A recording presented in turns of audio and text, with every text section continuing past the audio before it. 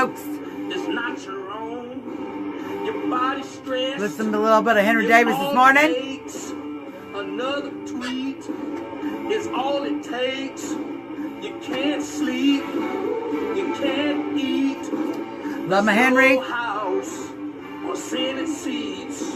Love my Henry. Law is tight. You can't pee. Get to the course, you guys. It's coming. Another tweet is all you need.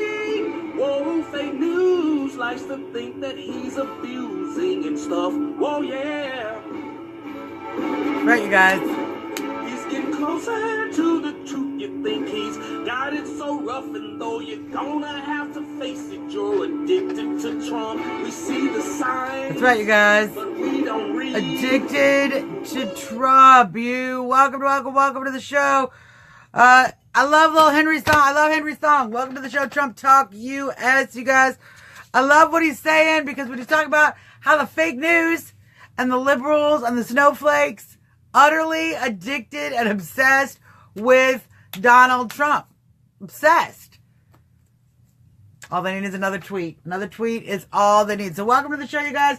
If you're here, go ahead and chime in. Let me know you're here. Click the share button, because we are going now live from Trump Talk US page here on Facebook.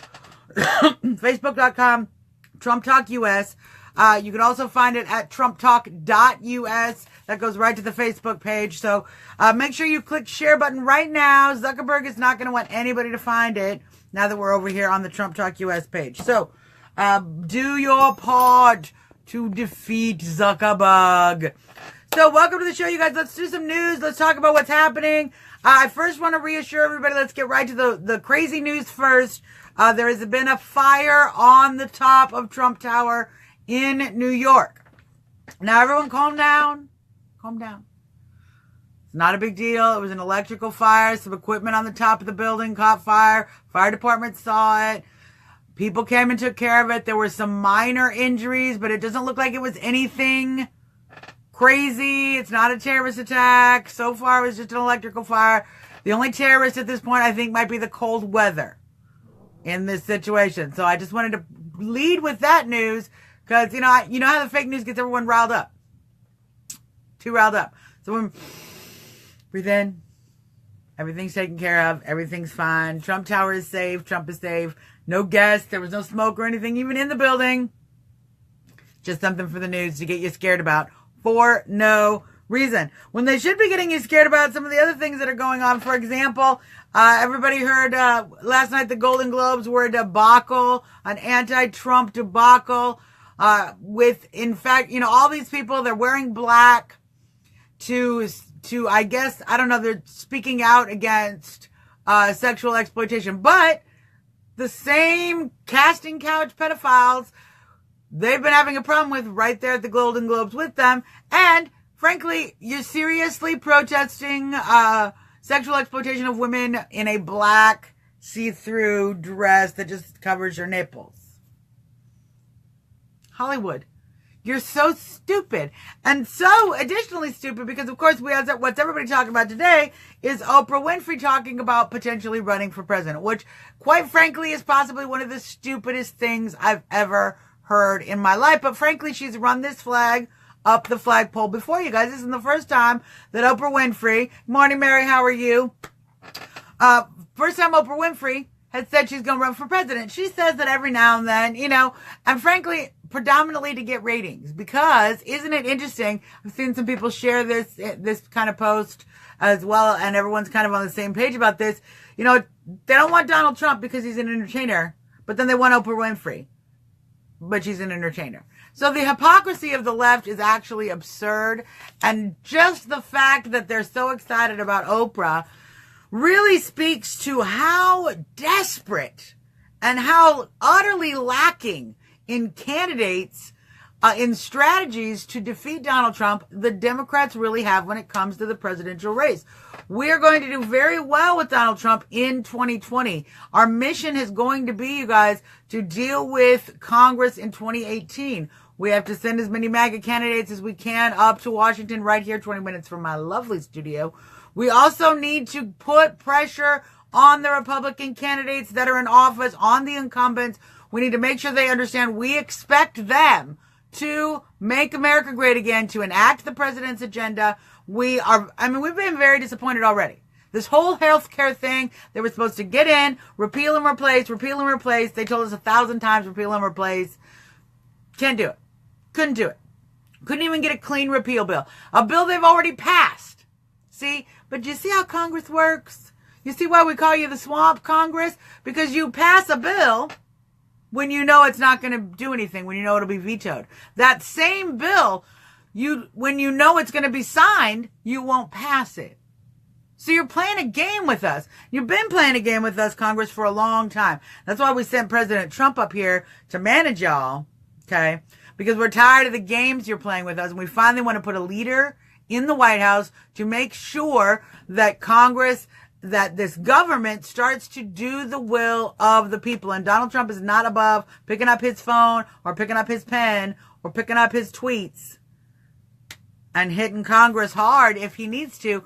It's how we got tax reform through. What we are hoping to see is that success from tax reform starts to move the ball forward in Congress when it comes to these other agendas. But as you know, we've got immigration coming up. That's going to be really, really a struggle because we got a lot of rhinos who are more than willing to cave, who are more than willing to sacrifice the mission overall. Now, I want to talk a little bit about DACA. While I brought the subject up about immigration, I want to talk a little bit about DACA because everyone seems to be really upset that Donald Trump is quote unquote negotiating with DACA, with the Democrats, by suggesting that he will approve DACA. Now, I want everyone to calm down.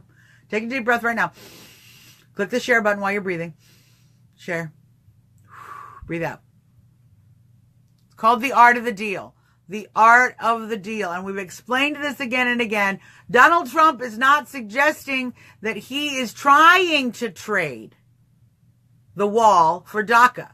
When he tweeted about that, when he tweeted about the DACA, unless there's a wall and border security and immigration reform, there's no chance to talk about DACA.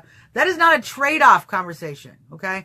That is they put up their intractable, their non-starter. They said, we want DACA. We don't want DACA. Our side does not want DACA. We have no interest in that. Trump put up his intractable. The wall, immigration reform, ending chain migration. The left doesn't want that. This is how the negotiation works. It's not a caving towards DACA. It is a putting up what they won't accept because they put up what you won't accept. And then when we both realize we're getting nowhere, we clear the negotiating table. We start over again. That is the process of negotiation. It's a standard technique in the art of negotiation. When someone says something that it's a non-starter, put your non-starter up. This is what I'm a non-starter. And they go, well, that's not acceptable. Great. Well, we're at an impasse. So we can either say nothing in the negotiation, or we can start over without these non-starters. It's how negotiation is done. And frankly, if what Trump needs to do is turn around and go, hey, guess what? I don't need you Democrats. At this point, he doesn't. He does not need the Democrats, although it's getting scrunchier up there, you guys. The margins are getting smaller. We take this Doug Jones seat. Every seat at this point, we can't afford to lose. We've already got some of the seats full of rhinos. Okay, so we can't trust their vote. We have to put a lot of pressure. Those votes are only earned through a lot of effort. So we already have a very slim margin of expectation for the president's policies up there in Washington. We cannot afford, you guys, to be slacking in any way when it comes to this 2018, these midterm elections, and not just making sure that any chance we get, we can send a MAGA candidate, we can send somebody who is a known supporter of President Trump. But on top of that, with the candidate, if we can't replace a candidate, we have to take responsibility for pressuring those Congress people, those House members, those representatives, those senators on the phone, on the email, every single day. We're going to have to engage those guys. So obviously the best thing to do is to put somebody in office that's going to support the president. if that's at all possible. We're going to do that. We're going to talk a little bit later about some ways that you and I can get involved and help even more effectively, helping the MAGA candidates. So this is a negotiation. It's a negotiation. It doesn't mean Donald Trump is caving and he's going to give in to DACA. I really am getting so weary of everyone panicking about this, because you have to read the art of the deal. You have to understand negotiation in order to understand what Donald Trump is doing. Because what the news doesn't want to report to you about, they want to talk about DACA, they want to talk about the Senate, they want to talk about Congress and all the people who are insisting that DACA be involved in any going forward, any bills that the government puts out, any budget, all of that. Okay, the news doesn't want to talk to you about Donald Trump ending the temporary protection status of El Salvadorians who have been here since 2001 when there was an earthquake in El Salvador. He has ended the temporary protection status of Haitians, Nicaraguans, and Hondurans as well. So Donald Trump is actually in the process of fixing so much of our immigration system has been so deeply broken. The people who want open borders, who want to let everybody and anybody in, have found all kinds of loopholes and ways to bring people into this country illegally or semi-legally, and then they stay and stay and stay. And these temporary protection status immigrants are such a key way in which this is one of the ways you can see how we're using pity and bureaucracy to bring illegal immigrants in and give them basically backdoor amnesty or a nod towards, you can just work here forever. Because for years, what actually happens is when there's a disaster, we let people come into the country temporarily while there's a disaster. The country can actually continue to request that temporary disaster status. Honduras has been doing that since 2001. El Salvador, since 2001. Since 2001, an event happened in El Salvador in 2001. Since then, there are individuals, El Salvadorians, who have been here on this program, a temporary protection status, working, taking jobs off the market for legal people who are here legally, really affecting. It's these little insidious ways. And so they just stay and stay. It's the kind of thing we have with our visa problem. We have people coming in on visas. They stay and stay. They stay past their visa date, and they just stay. We have a lot of people in the country, not legally in the country, because of these programs. Now, Donald Trump is working hard to end these backdoor programs, these backdoor legalization programs. And in one way he's doing that is by finally putting his foot down, the government's foot down, and says, no, you know what? A disaster that happened 15, 16 years ago, time to go home. And Honduras or El Salvador is like, but it's still horrible here. Hey, El Salvador, that's on you. That is on your country. Get your country together. It's still horrible there since an earthquake 16 years ago. This is the problem. We understand that America is a wonderful place to live. We love it too.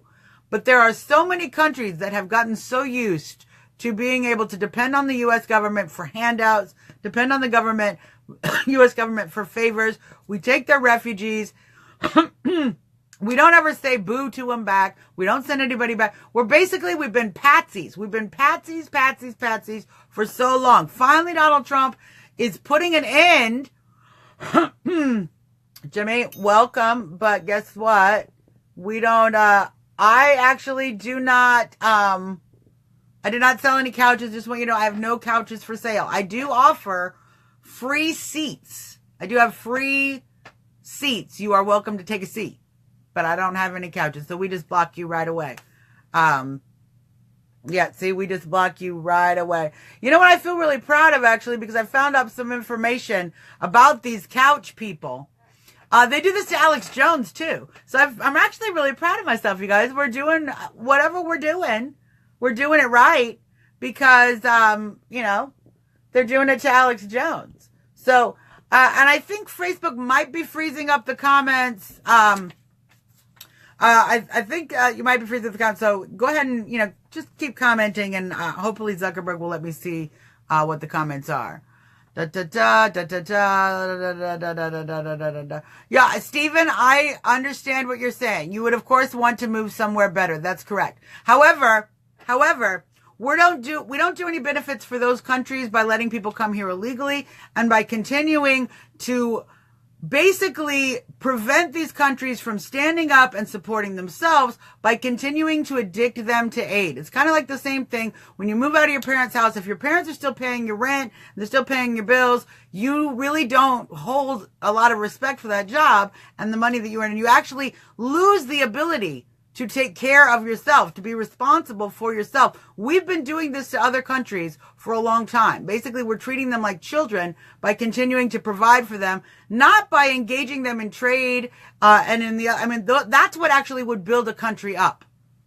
What would actually build a country up is trade, is engagement with the United States on an economic level. What drags a country down and continues to promote its third world status is continuing to be addicted to government aid from first world countries. So we're not doing anybody any favors by allowing people to come here rampantly and illegally. And we're actually not, I'm so glad you came back to this because I wanted to block you from last time. Awesome. We're not actually doing anybody any favors by letting them come here illegally. We're actually setting them up for a life of entrapment. First off, even to come here, many of them have to go through horrific conditions. They're beholden to human smugglers or coyotes. Many of these coyotes will hold your family hostage, both here and in the United States, for additional, after you've paid what you told them, what they said you had to pay, what was the cost. They will continue to blackmail you for additional money. Not to mention, they will require you to run drugs for them. Many of these women are forced into human trafficking. Often, many of these women are also actually raped on the way. So, it's very bad to continue to bring people in this illegal manner, both for the people who come here illegally and for the originating country and for our country as well, for citizens here in our country as well. So all of you little liberals, and I know I'm getting a whole bunch of awesome trolls. I'm so excited. Welcome all you trolls, because I'm happy to talk to you, because y'all need some education when it comes to what you think is compassionate, because what is compassionate is to secure the border and to have healthy, functional relations with these countries. Securing the border to Mexico would do far more to end the drug cartel control. You do understand that Mexico is basically beholden to the drug cartels. Many cities, many townships are held basically hostage by violent criminal organizations. They shoot up weddings, they shoot up schools. People are living in fear. And when you start to engage the border process, when you start to engage the illegal human smuggling process to get into this country illegally, now you're dealing with coyotes and human traffickers who are likely to rape you, to abuse you, to use you to traffic drugs, to continue to blackmail your family, as well as charge you exorbitant rates, which continually go up throughout the process. So you're putting people in a very dangerous situation. And then once they get here to the United States, they're actually put in a situation where they are not able to earn legally they are put where they cannot earn wages in a consistent way. So as an employer, I can say, you come in and you want to raise, you come in and you want to raise, but I go, you're not here legally. I don't have to pay you anything. I can pay you less than the minimum wage. So you're actually putting people in a position of servitude even here in the United States. Stephen, let me explain something to you about the war on drugs, regardless of where the quote unquote war on drugs started. And as a libertarian, I oppose the war on drugs. So it's interesting that you mentioned that. What unfortunately has happened since then is organized crime. Organized crime. Organized crime is what is facilitating a lot of this human trafficking, a lot of this human violation that's going on, and continues to hold the nation of Mexico hostage. So we could argue all day. I hate to remind you guys that the Silk Road was a thing and opium was being traded all the way back before the United States was even a country. So to suggest that in fact, the drug trade is just all about Americans is pretty insane. But I'm not in any way delusional of any history. The CIA has certainly had significant involvement around the world. so significant involvement around the world in engaging in promoting illegal drug trade. They've certainly not been on the up and up. It's one of the reasons we here in the United States have elected Donald Trump, because we have elected somebody who is a small government person and who understands individual states' rights. I personally am so entirely for what you're saying, Stephen. I am for ending the drug war and decriminalizing or legalizing drugs so that we are no longer putting people in prison for addiction problems. We aren't putting people in prison for minor drug infractions. We're filling up our prisons in ways that we can't even keep violent criminals, people who are shooting other people, killing other people. We cannot keep them in prison because our prisons are so over capacity due to the drug war. So Stephen, you're preaching to the choir, actually. I fully agree. But it is vital that we engage in border security, because we have no means to kill their market, legal or not. Even if we legalized it here today, cheaper illegal drugs are still going to come across that border. And I give you, by evidence of that, what happened in Illinois when they started to raise the taxes on cigarettes. Now, in Chicago, Illinois, it costs about $11, almost $12 to buy a pack of cigarettes. Did people actually continue to pay that tax? No. You know what happened? They started smuggling cigarettes into Illinois, into Chicago, from cheaper states. Illegal cigarettes smuggled into Chicago. You can start buying, it would start selling them on the streets, packs of cigarettes. Just like we were in, back in Goodfellas and, Henry Hill right there selling cigarettes on the street.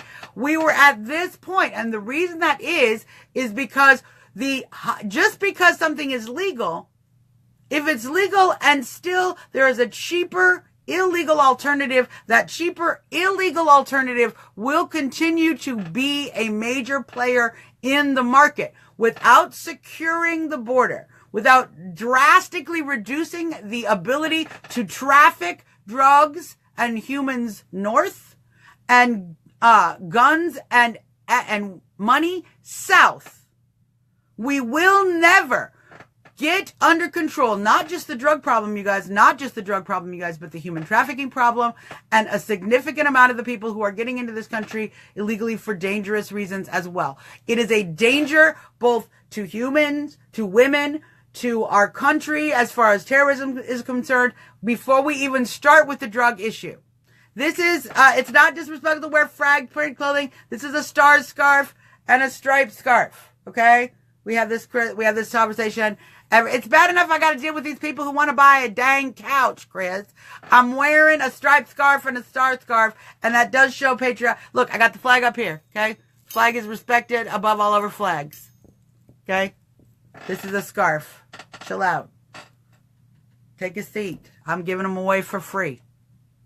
So, Mike says, I'm not against it, but the wall won't happen. Too much money made off the cartel. Mike, I understand exactly how you feel. For so many years, many of us who voted for Donald Trump felt the exact same way. What we are experiencing on our side is a great deal of hope and a great deal of enthusiasm, because we see a president who is already living up to a great number of the promises that he has kept. In particular, we're starting to see a president right now, what we're talking about, how we started this conversation.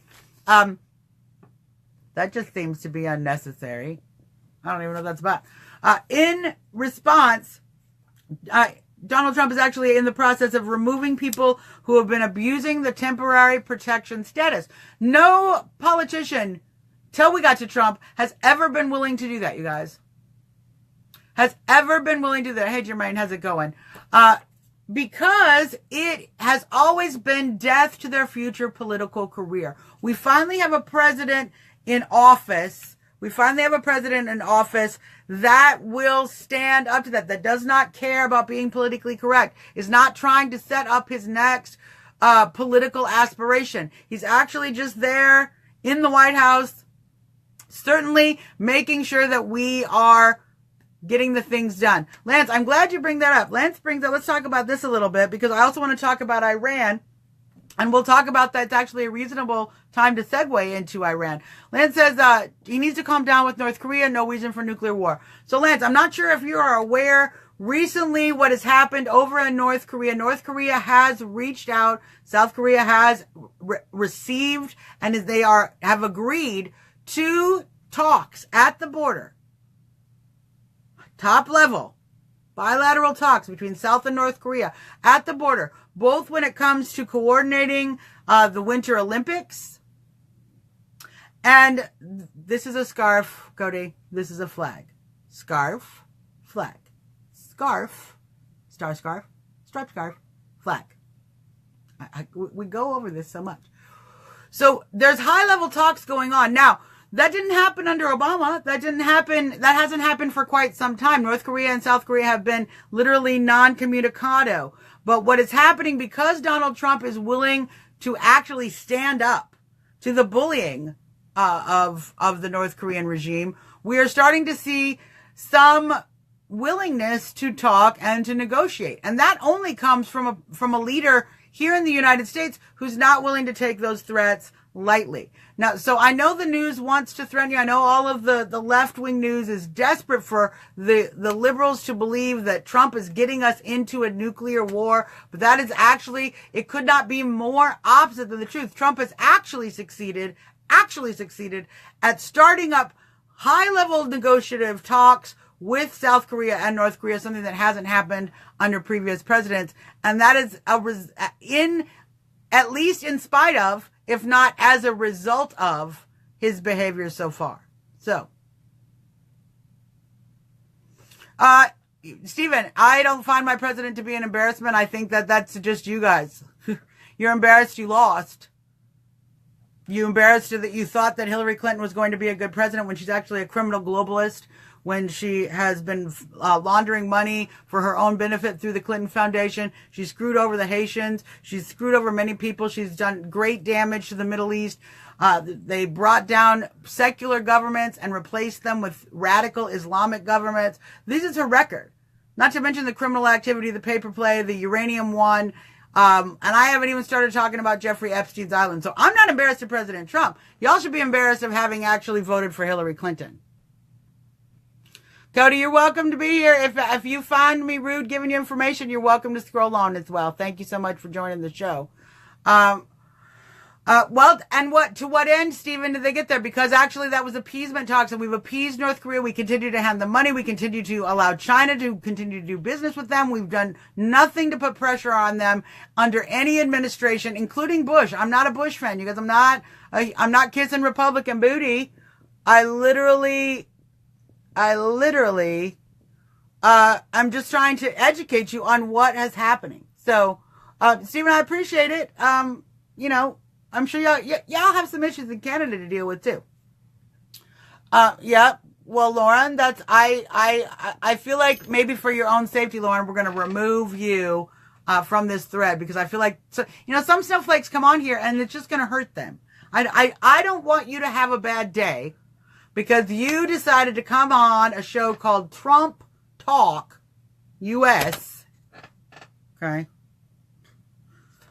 And then got triggered by something we said about Trump on Trump Talk US. Okay? So sometimes I block you for your own protection, just so that you can go about your business, have a good day, move on with your life. I'm not here to change every snowflake's mind.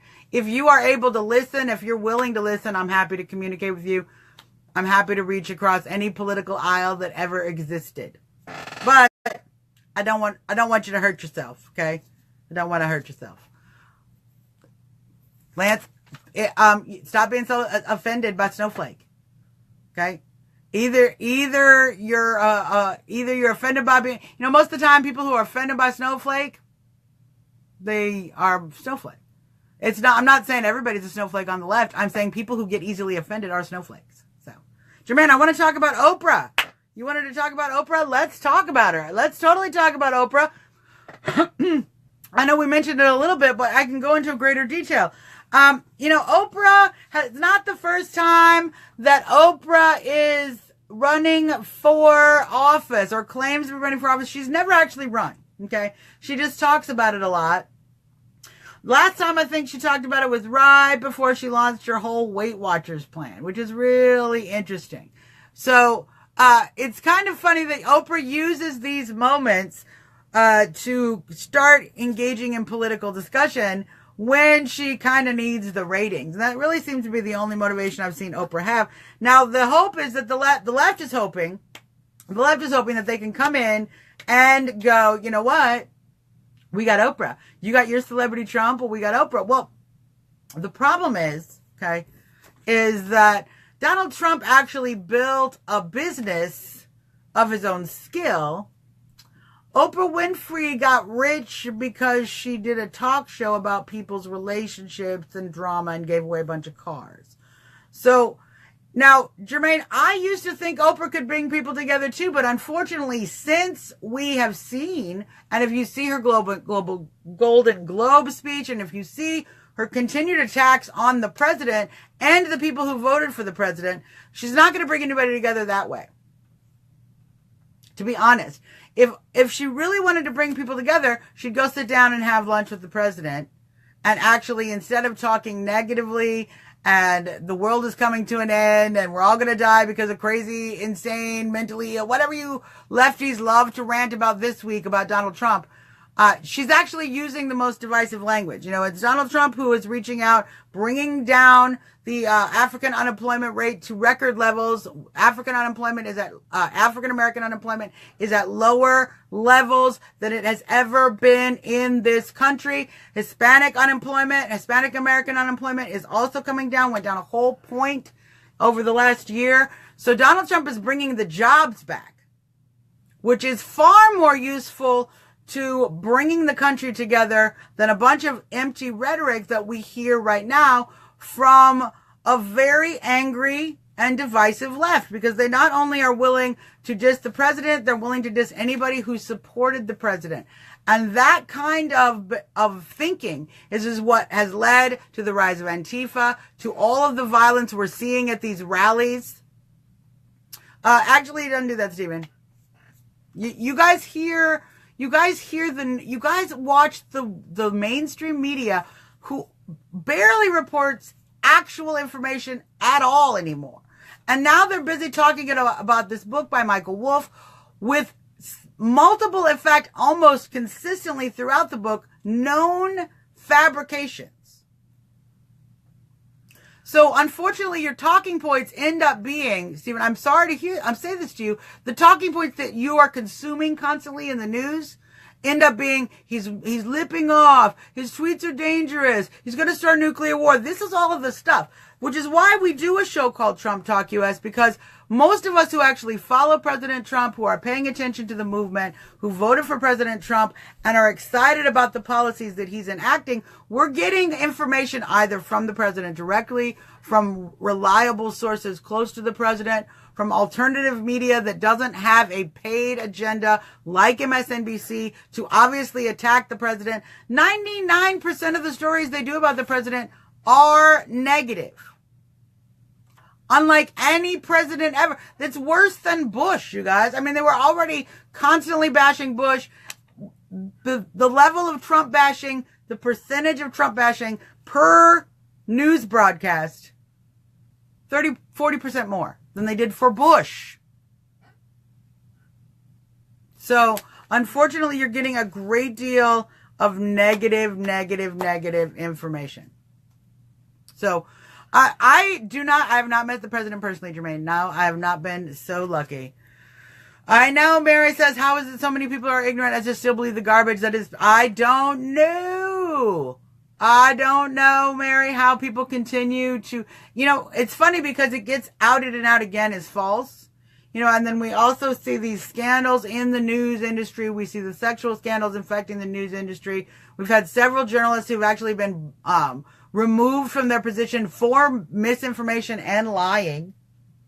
And yet, again and again and again, we see the same negative, the same smears, and the same attacks. So it's just very, very frustrating.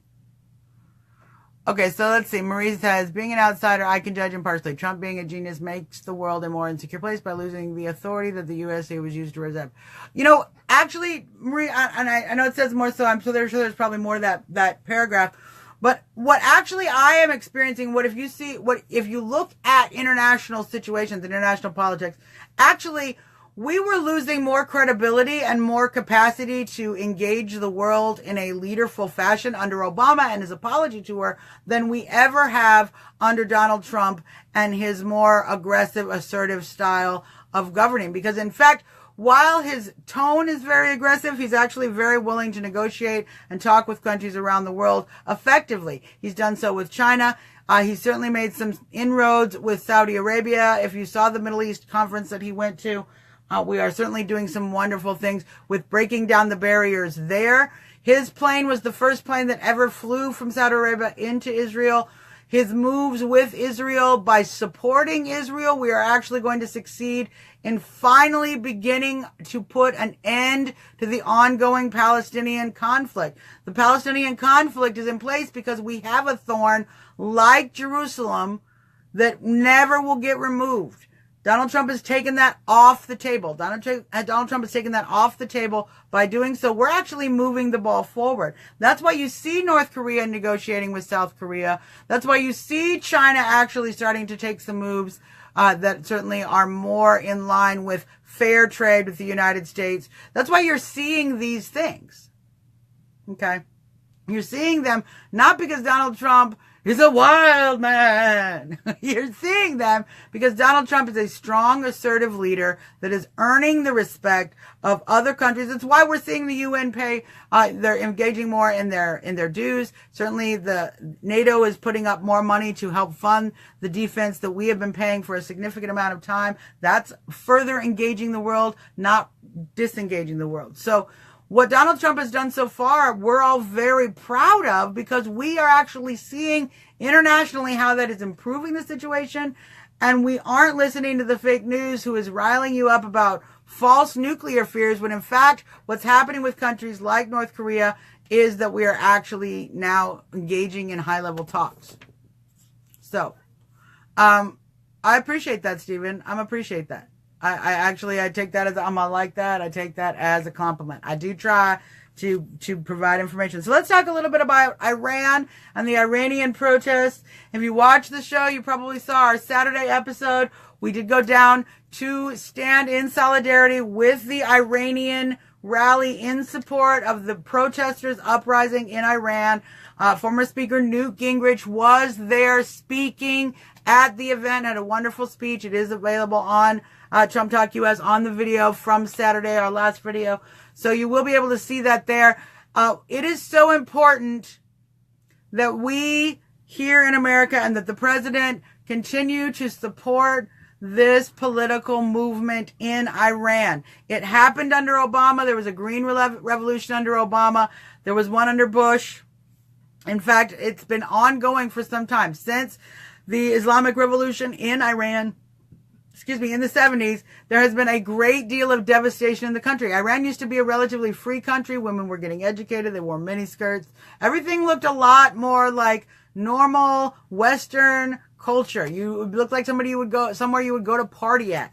And today, Iran is a horribly oppressive place for women. It's a horribly violent place for anybody who disagrees with the government, as we're even seeing in the protests today. So for two presidents now, we've had presidents who do not even offer effective lip service to these uprisings, which could in fact help defeat one of the largest sponsors of international terror in the world. Iran pays for more international terror than almost probably any country in the world, maybe with Russia. Maybe Russia notwithstanding. There's certainly a lot of stuff that Russia does underhandedly. But Iran is very open about all of the terrorist organizations that it has supported. And those terrorist organizations, busy attacking people in Europe, busy attacking people in Israel, busy attacking people here in the United States, and continue to want to do so. So Iran, as a sponsor of state terror, is a danger to all of us. And frankly, if the ideal situation is for the Iranian people to no longer want to be led by this radical Islamic government and to want the freedoms that they had in the 70s restored. Make Iran great again.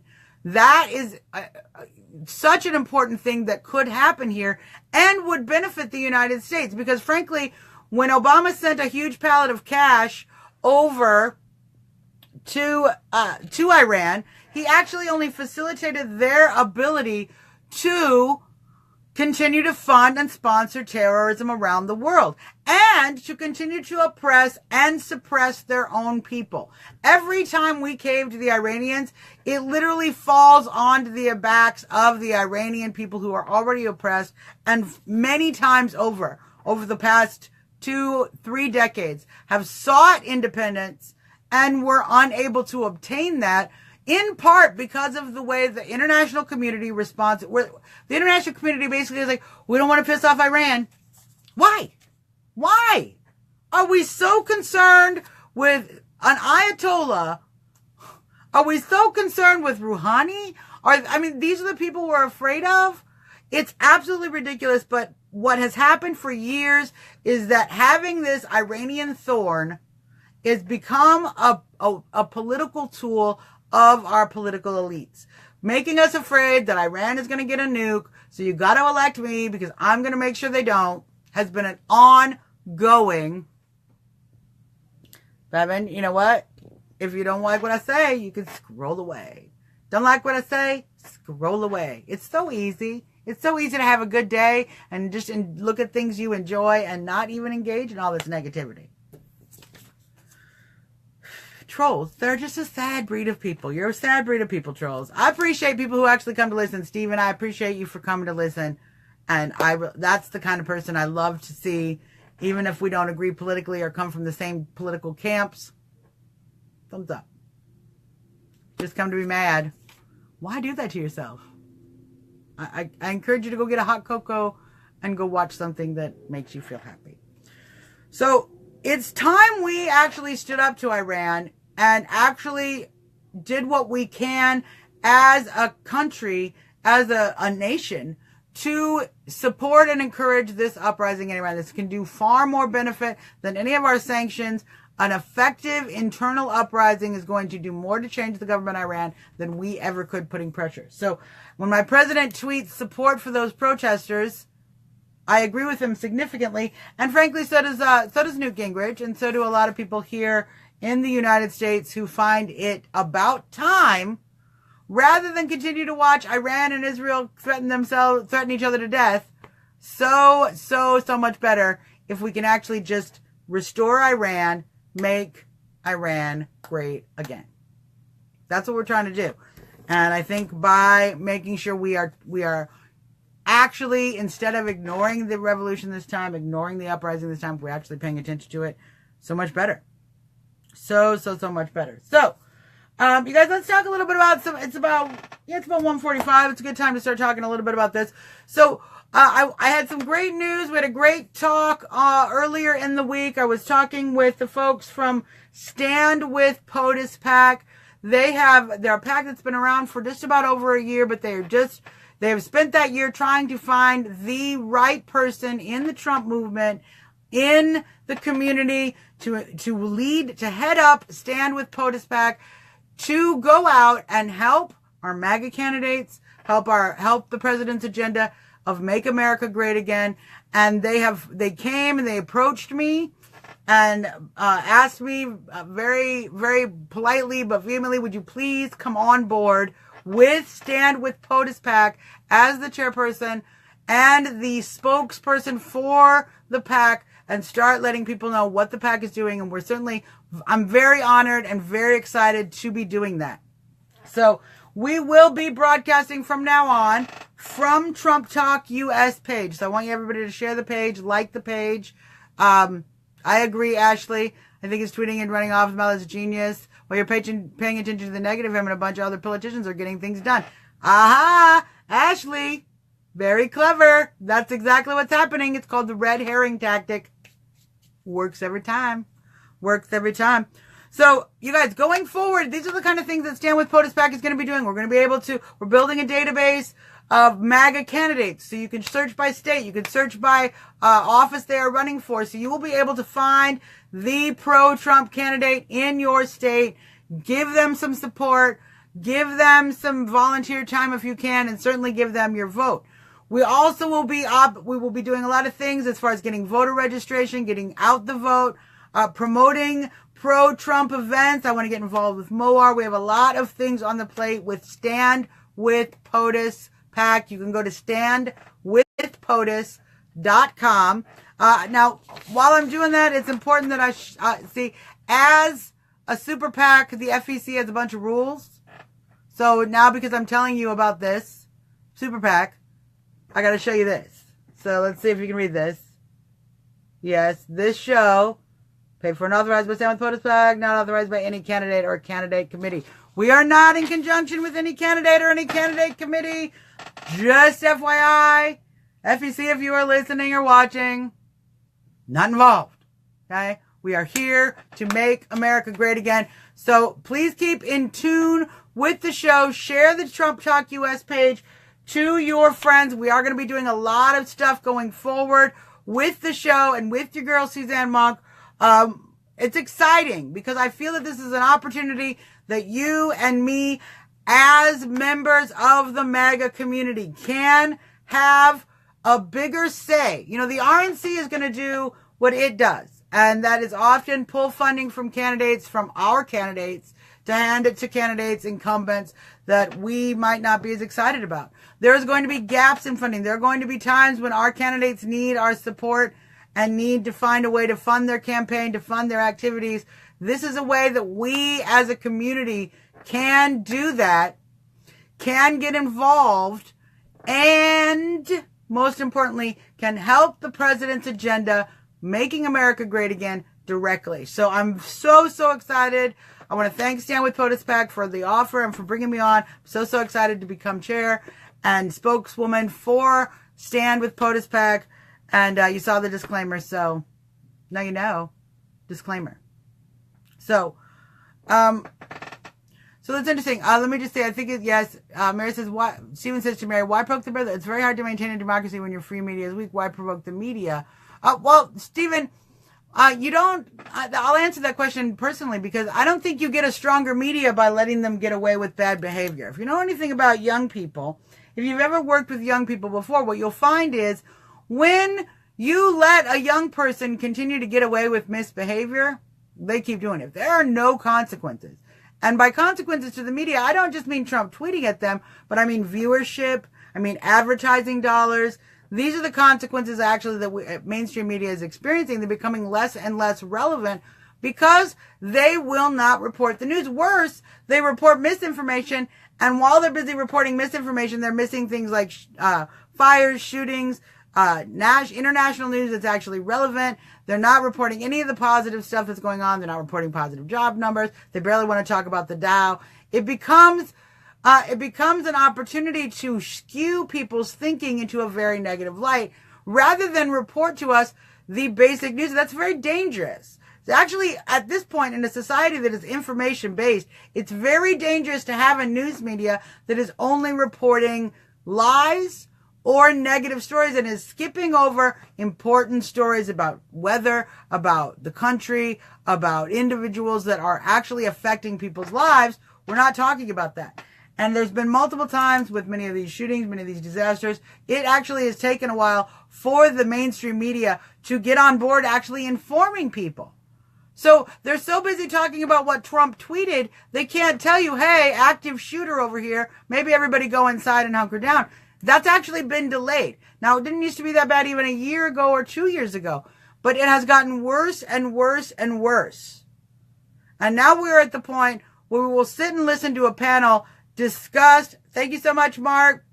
No, Linda, thank you so much. We're going to review just a quick second about all the great news. That's what becomes so dangerous about what we are dealing with the fake news. And I know Mark Weinmuller knows all about the fake news.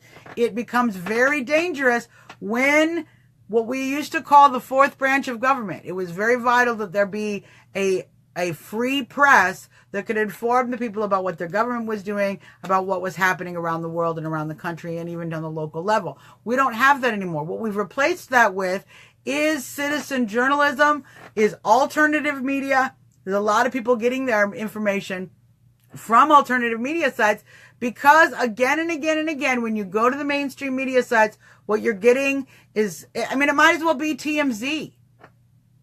It might as well be Inside Edition. It's hype, it's smear, it's negativity about the president, and then maybe an actual factual story that is relevant to people's lives. So we're doing a major disservice, and we would continue to do a major disservice if we did not address the media. And I think Trump has every right to address the media. Frankly, every president I've ever known has bitched about the media. Obama bitched about the media constantly.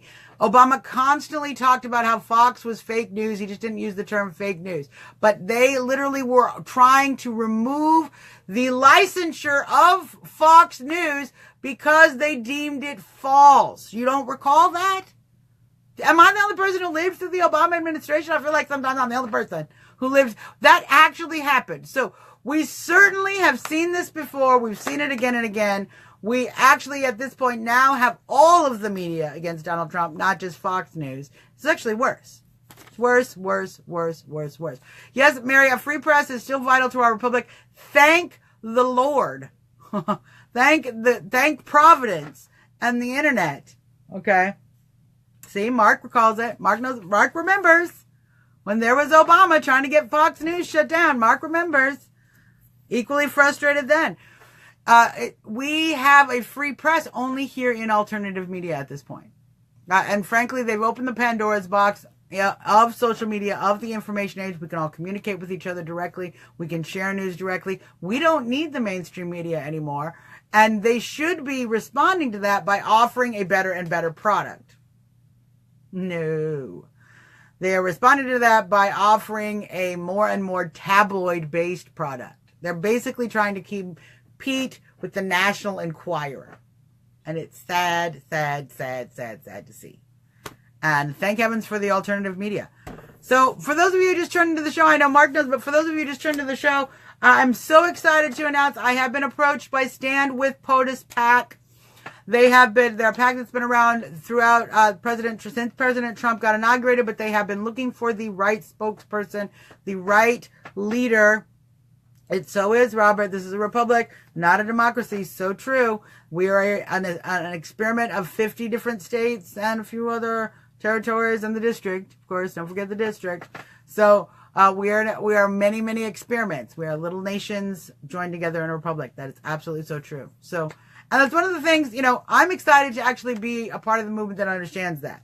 So we're going to be moving forward going into 2018. We are going to be doing a lot of things with Stand With POTUS PAC. I'm going to be giving you all some information to share so that we can get some donations into the PAC. Start supporting so much of the activities that our MAGA candidates are doing and that this movement is doing across the country. We are, in fact, in the process of building a database of MAGA candidates. You can search by state. You can search by office to find out what pro-Trump candidates are in your state or district so you can support them.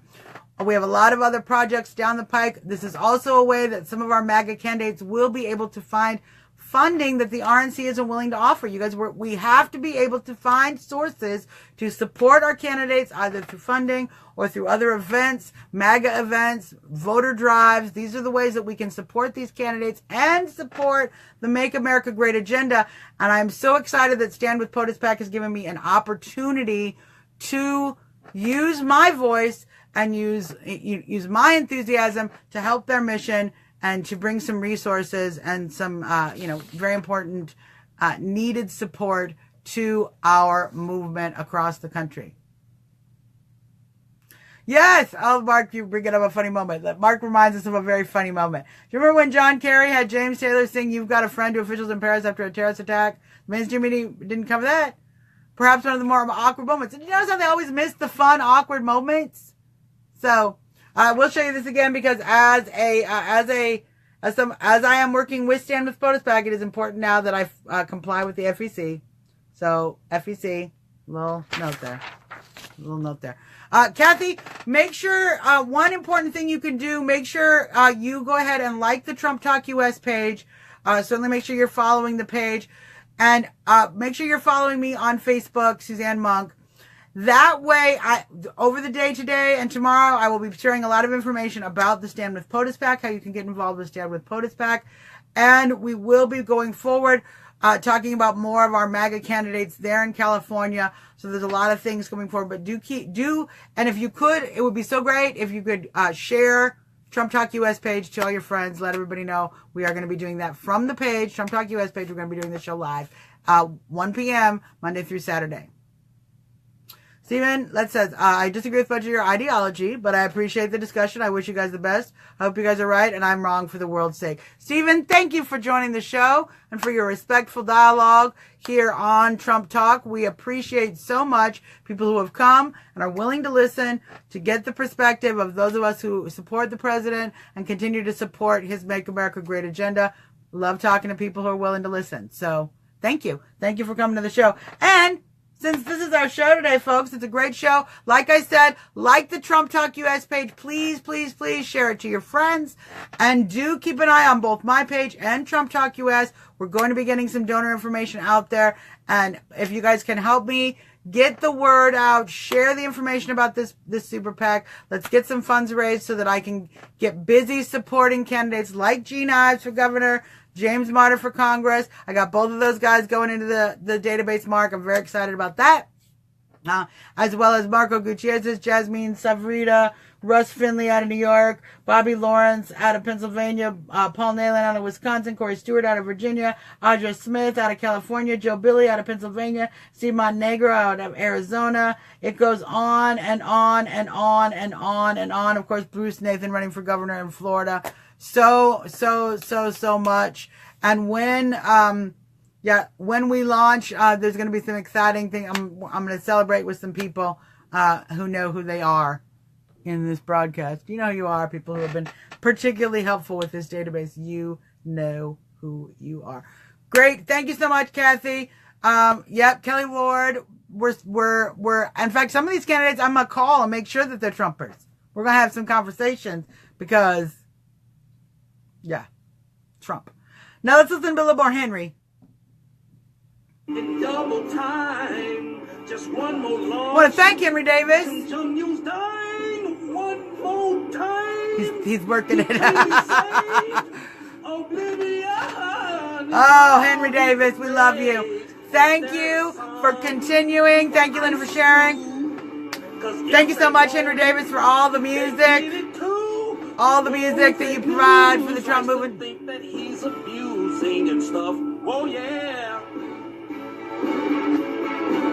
We get closer to the truth. You think he's got it so rough, and though you're gonna have to face it, you're addicted to Trump. My hate is well, face it, you're addicted to Trump. My hate is well, face it. Addicted to Trump, you guys. You know why I'm addicted to Trump? Because I'm addicted to making this country great again. Hope y'all are addicted to making this country great again with me. Thanks for tuning in.